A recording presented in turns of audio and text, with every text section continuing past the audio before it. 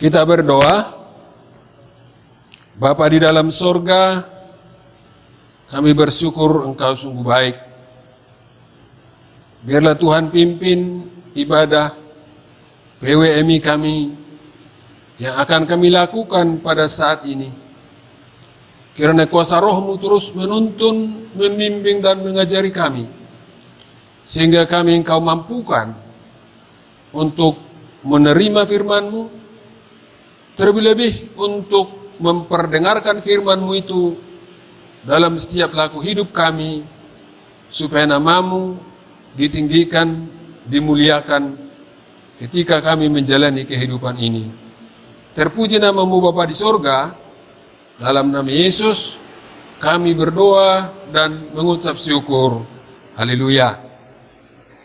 Ibu-ibu, saudara-saudaraku yang dikasihi Kristus, pada acara PWMI ini saya menganggap bahwa ibu-ibu sudah membaca Alkitab, yaitu dari Kejadian 4 ayat pertama sampai dengan yang ke-10 dengan tema menang atas amarah. Dalam perikop firman Tuhan ini kita sama-sama membaca di mana anak Adam dan Hawa baru 2 orang yang bernama Kain dan Habel.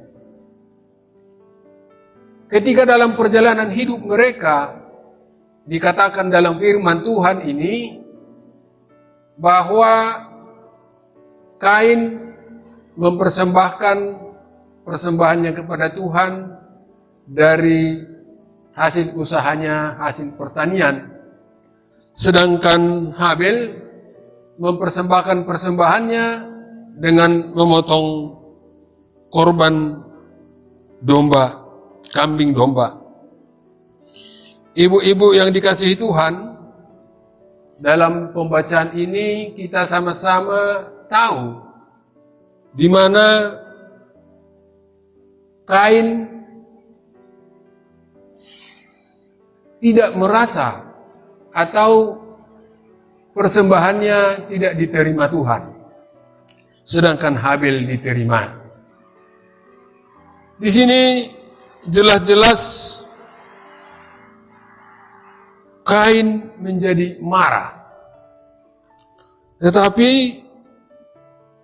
dalam peristiwa ini, kalau kita pikir-pikir, mereka, saya perkirakan ketika itu manusia baru ada 4 orang. Dalam keadaan manusia 4 orang, bapak ibu, 2 bersaudara kandung. Kalau kita melihat keberadaan kita masa kini, sungguh indah dan sungguh akrab seharusnya abang adik dalam rumah tangga kecil ini. Tetapi Tuhan mengingatkan kepada Kain. Dikatakan pada ayat yang ke-5,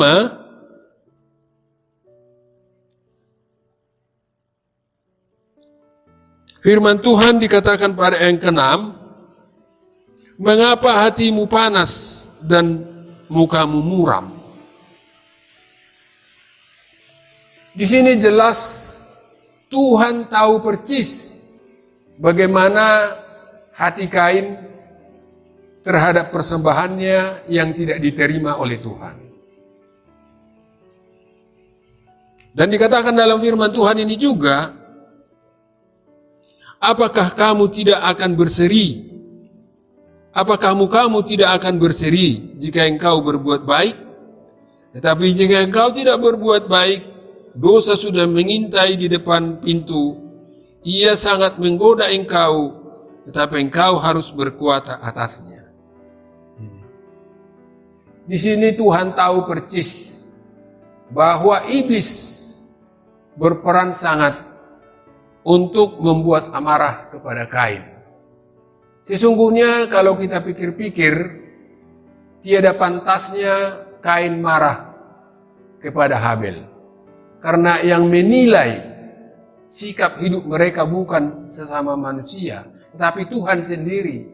Tuhan tahu persis apa yang ada di hati kita, umat manusia ini.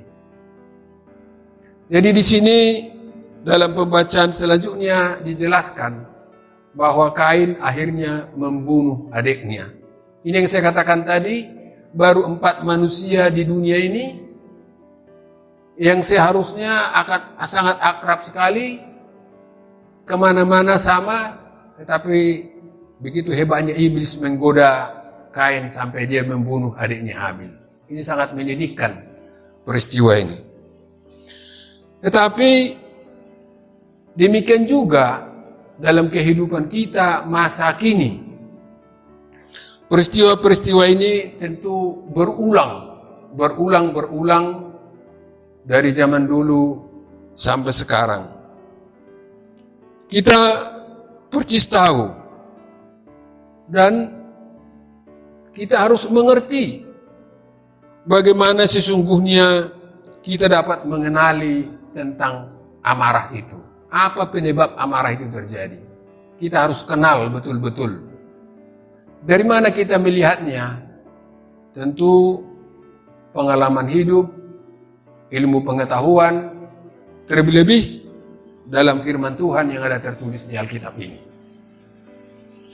Ibu-ibu yang dikasihi Kristus, dalam keberadaan kita sehari-hari, kita mengenal apa yang membuat amarah itu. Ada 2 faktor. Pertama, faktor dari luar. Kedua, faktor dari diri kita sendiri. Dalam peristiwa pembacaan tadi, Kain sangat marah dikatakan. Berarti faktor amarahnya itu ada dalam dirinya sendiri. Demikian juga dalam kehidupan kita sehari-hari, saya katakan tadi ada 2 faktor utama yang menyebabkan kemarahan itu. Dari dalam dan dari luar. Yang dari dalam diri kita ini ada itu secara pengajaran yang salah, ada itu yang secara spontanitas. Sedangkan yang dari luar ini tentu kita semua selama perjalanan hidup melihat, mendengar, menyaksikan karakter, perbuatan, omongan setiap orang. Ataupun bahkan bisa juga dikarenakan kita melihat di televisi. Ataupun mungkin kita membaca di koran atau di media-media lainnya. Muncul ini hal amarah dalam diri kita. Karena apa? Tentu ada hal yang tidak sesuai dengan jalan pikiran kita, itu yang dari luar. Sedangkan yang dari dalam ini, pertama saya katakan tadi, muncul dari pengajaran atau didikan yang kurang sesuai. Mohon maaf ibu-ibu yang dikasihi Tuhan, terutama ibu-ibu muda dalam zaman teknologi canggih sekarang ini. Saya banyak melihat, dan saya kira kita sepakat semua juga kita melihat, ada banyak ibu-ibu masa kini untuk menenteramkan anaknya kasih gadget. Kasih lihat main-main. Karena menurut yang dia tahu, kalau dikasih mainan sama anak itu akan diam. Tetapi peristiwa ini lama-lama nanti akan menimbulkan kemarahan juga bagi orang tuanya. Kenapa demikian? Saya sudah banyak melihat dan malah bertemu dengan anak jemaat kita. Ketika anak jemaat kita dari kecil dikasih main HP tanpa dikendalikan. Ini tanpa dikendalikan. Sehingga terjadilah ketika dia sudah SMP matanya rusak.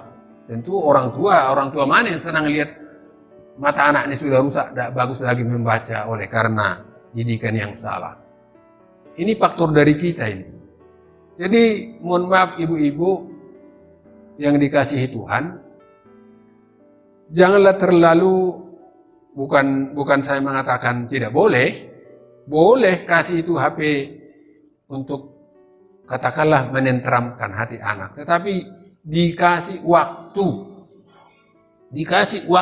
jangan diberi kebebasan dia main itu. Dampaknya nanti akan banyak yang mengakibatkan kemarahan bagi kita orang tua terhadap sikap anak-anak yang banyak dirusak oleh teknologi canggih ini. Teknologi tidak salah, kita yang tidak mendisiplinkan anak kita mempergunakannya. Sedangkan faktor yang dari diri sendiri ini,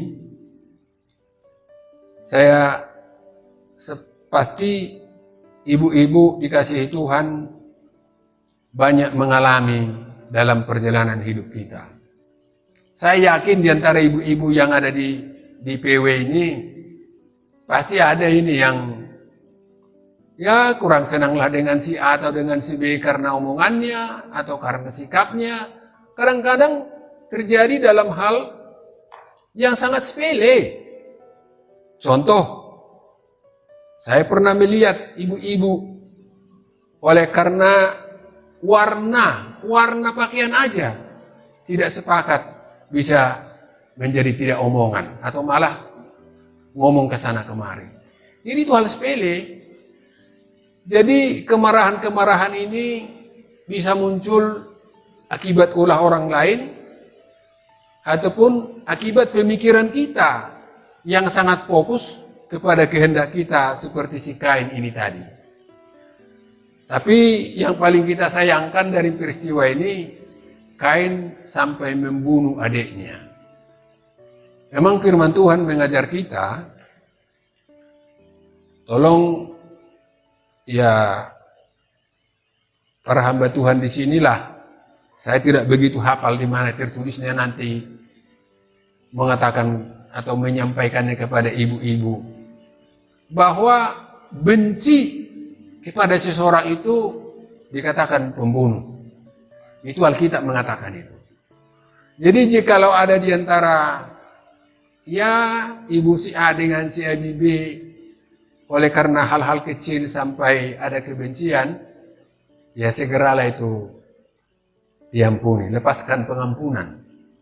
Supaya jangan sampai terseret seperti Kain ini, sampai benci, sampai ngomongan pun tidak mau lagi dan lain sebagainya. Taulah sendiri ibu-ibu, sedikit aja bisa menyebar itu kemana-mana. Jadi untuk mengatasi masalah-masalah amarah ini yang bersumber dari kebencian dan ketidaksepahaman, kita harus menang atas amarah ini. Menang atas amarah tentu itu tidak hanya kita peroleh oleh diri kita sendiri. Kita sama-sama percaya dan sama-sama dapat pengajaran dalam ajaran kekristenan di Alkitab ini. Bagaimana seseorang itu bisa berubah total? Tentu ada jenjang tahapannya. Seperti dalam Alkitab, kita harus mengikuti atau meyakini ajaran-ajaran firman Tuhan. Pertama-tama, supaya terjadi perubahan total itu, kita harus sadar bahwa kita orang berdosa. Kedua, bahwa apapun dosa yang pernah kita lakukan, jikalau kita percaya kepada Kristus, dosa itu tentu diampuni. Setelah dosa-dosa kita diampuni, kita tidak berhenti di situ. Kita harus sungguh-sungguh mengimani bahwa kita sudah dilahirbarukan. Setelah ini terjadi, tentu hidup kita akan selalu kita serahkan supaya dibawa pimpinan oleh Tuhan. Karena di dalam 2 Petrus 1 ayat 5-10 dikatakan dalam firman Tuhan ini, saya baca sebagian, ini mengajar kita bahwa Dikatakan mulai ayat 5, justru karena itu kamu harus dengan sungguh-sungguh berusaha untuk menambah kepada imanmu kebajikan, dan kepada kebajikan pengetahuan, kepada pengetahuan penguasaan diri. Nah ini, penguasaan diri itu sangat menentukan bagaimana kita bersikap kepada orang lain. Dan dikatakan juga dalam 2 Petrus 1 ayat 5 sampai 10 ini, di sini dapat saya bacakan, tetapi barang siapa tidak memiliki semua itu, yaitu tentang keimanan tadi itu, ia menjadi buta dan picik karena ia lupa bahwa dosa-dosanya dahulu telah dihapuskan. Karena itu saudara-saudaraku, berusahalah sungguh-sungguh supaya panggilan dan pilihanmu makin teguh. Sebab jikalau kamu melakukannya, kamu tidak pernah tersandung. Sungguh indah firman Tuhan ini. Jadi kalau kita sungguh melakukan dalam hidup kita ajaran-ajaran firman Tuhan, dan kita percaya, ini yang sering saya sampaikan, sangat-sangat mendasar dan sangat-sangat kita sungguh meyakini bahwa kita sudah satu roh dengan Allah. Ada banyak orang Kristen masih mempunyai pengertian Tuhan beserta kita. Memang benar Tuhan beserta kita. Tapi kalau hanya sekedar Tuhan beserta kita, ya sama dengan pengenalan orang lain. Kalau hanya sekedar kita memiliki perkataan atau iman Tuhan beserta kita, kita belum sampai kepada pengenalan yang disampaikan oleh Paulus. Apa kata Paulus?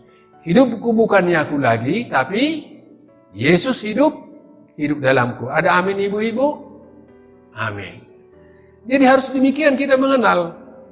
Kalau sudah ini sungguh-sungguh menghidupi hidup kita, apapun persoalan, apapun sikap orang kepada kita, atau bahkan dosa orang lain, yang suami istri aja, ataupun ibu anak suami di rumah, itu sering terjadi kesalahpahaman atau salah pemikiran atau salah persepsi dalam kehidupan mereka. Kalau kita membawa keinginan hati kita, jadi amarah. Kalau sudah terjadi amarah, pasti ada kebencian, kasih sayang berkurang, dan lain sebagainya. Yang jelas dampak negatif akan terjadi. Tapi bagi kita yang sudah mau hidup dipimpin oleh Tuhan, pastilah kita dalam perjalanan hidup ini berusaha supaya nama Tuhan ditinggikan, dimuliakan, dan kita sesama kita rukun bersaudara. Dikatakan dalam Efesus 4, di dalam Efesus 4 ada juga firman Tuhan yang mau mengajak kita supaya semakin sungguh menghidupi kebenaran firman Tuhan itu, sehingga hidup kita akan dipimpinnya kepada apa yang berkenan di hati Tuhan. Sebab itu kukatakan dan kutegaskan ini kepadamu di dalam Tuhan. Jangan hidupmu lagi sama seperti orang-orang yang tidak mengenal Allah dengan pikiran yang sia-sia. Itu. Jadi kalau kita masih memiliki pikiran yang sia-sia itu, gimana pun kerukunan kedamaian itu sulit akan kita jangkau. Karena itu,